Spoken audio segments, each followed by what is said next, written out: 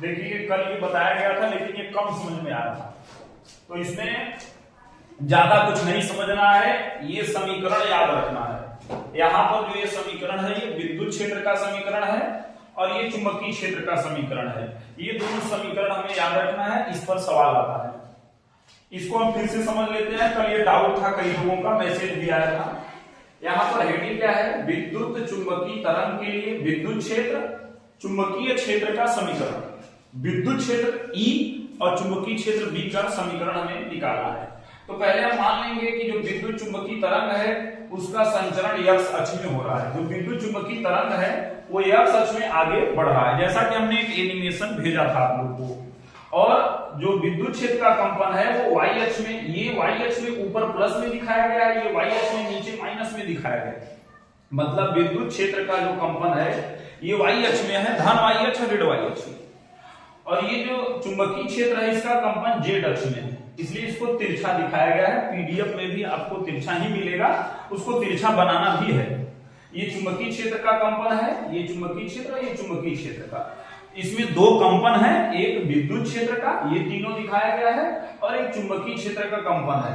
तो यहाँ पर हमें ये याद रखना है कि भाई यहाँ माना गया है कि विद्युत चुंबकीय तरंग का संचरण x अक्ष में है और विद्युत क्षेत्र का कंपन जो है y अक्ष में है और चुंबकीय क्षेत्र का कंपन z अक्ष में है।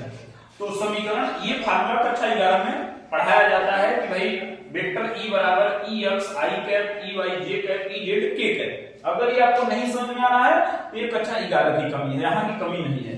अब ये जो विद्युत क्षेत्र है, विद्युत क्षेत्र y अक्ष में माना गया है, y अक्ष में, तो y अक्ष में है तो x अक्ष वाला मान 0 हो जाएगा, z अक्ष वाला मान 0 हो जाएगा, बचेगा आपका y अक्ष वाला।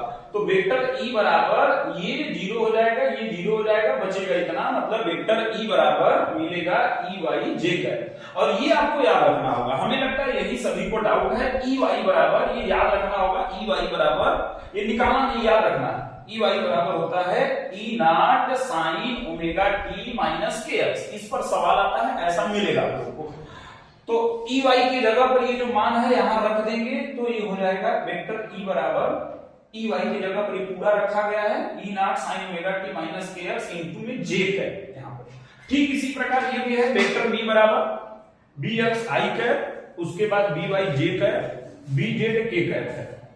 इसमें ये जो चुंबकीय क्षेत्र है ये z अक्ष में है, चुंबकीय क्षेत्र z अक्ष में है, जिससे x का इसका कोई मतलब नहीं है, तो x 0 हो जाएगा, y 0 हो जाएगा, z वाला केवल बचेगा। तो वेक्टर B बराबर बचेगा Bz K कैप। यहाँ ये 0 हो जाएगा, ये 0 हो जाएगा। क्यों हो जाएगा?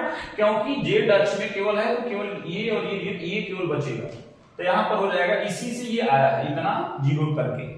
तो वेक्टर B बराबर हो जाएगा Bz K कैप, और Bz जैसे इसको हमने याद रखा कि भाई Ey बराबर होता है E not sine omega t minus kx, ठीक उसी प्रकार Bz बराबर होता है B not sine omega t minus kx।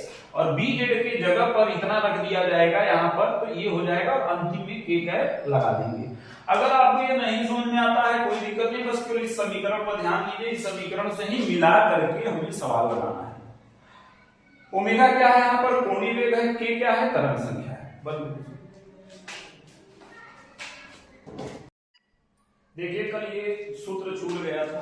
सूत्र क्या है, दूरी बराबर है 4 गुणे समय। दूरी यहाँ पर तरंगदैर्घ्य को मान सकते हैं, और चाल चाल की जगह पर लिखा गया है। समय जो है आवर्तकाल लिख सकते हैं, समय की जगह पर आवर्तकाल, क्योंकि आवर्तकाल भी समय होता है। तरंगदैर्घ्य को लैम्डा से लिखेंगे, चाल को v से लिखेंगे, आवर्तकाल को t से लिखेंगे, तो फार्मूला हमें मिल जाएगा लैम्डा बराबर v इंटू टी।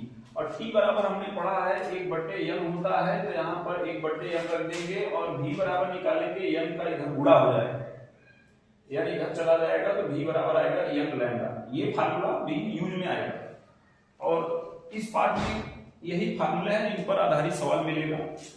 ये अभी निकाला गया है विद्युत क्षेत्र का समीकरण दोनों, और ये चुंबकीय क्षेत्र का समीकरण है दोनों। और ओमेगा बराबर होता है 2 पाई n, और इसी में ओमेगा बराबर 2 पाई बाई टी, ये आवृत्ति का है फार्मूला, और ये आवर्तकाल के रूप में है। और तरंग संख्या k बराबर होता है 2 पाई बटे में लैम्डा, और ओमेगा बटे k जो है ये v या c है। v जो है वेग है, और c प्रकाश का वेग है।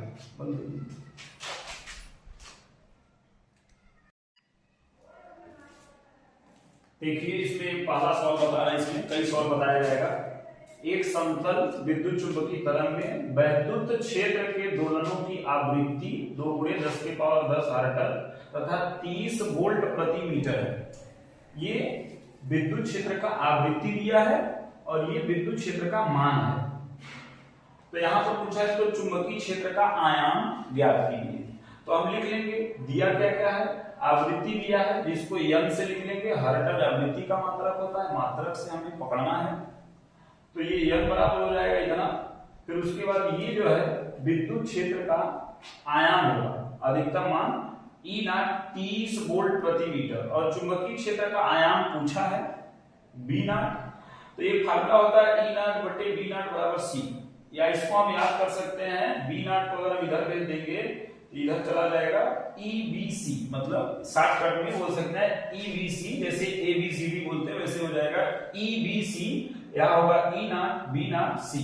अगर हम B0 का मान निकालेंगे तो C नीचे चला आएगा, मतलब B0 बराबर हो जाएगा E0 बटे में C। तो B0 बराबर हो जाएगा E0 बटे में C।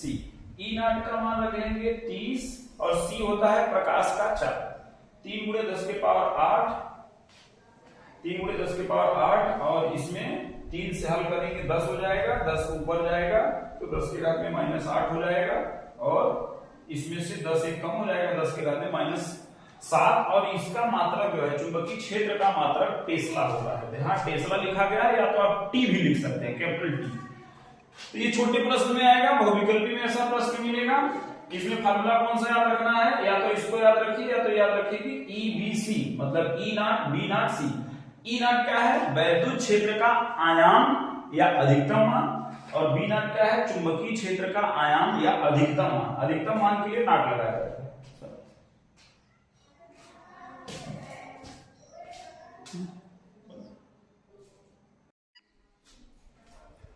अगला सवाल देखिए, इसमें सवाल क्या है, पीडीएफ में ये सवाल मिल जाएगा आप लोग को, बस केवल अगर इसमें साफ नहीं दिख रहा है तो आप लोग पीडीएफ में पढ़ेंगे, उसमें पूरा हल है, बस केवल समझ लीजिए। बाकी पीडीएफ में आप सभी देखिए उसको, बाकी जो भी सवाल है पीडीएफ में उसको देखिए।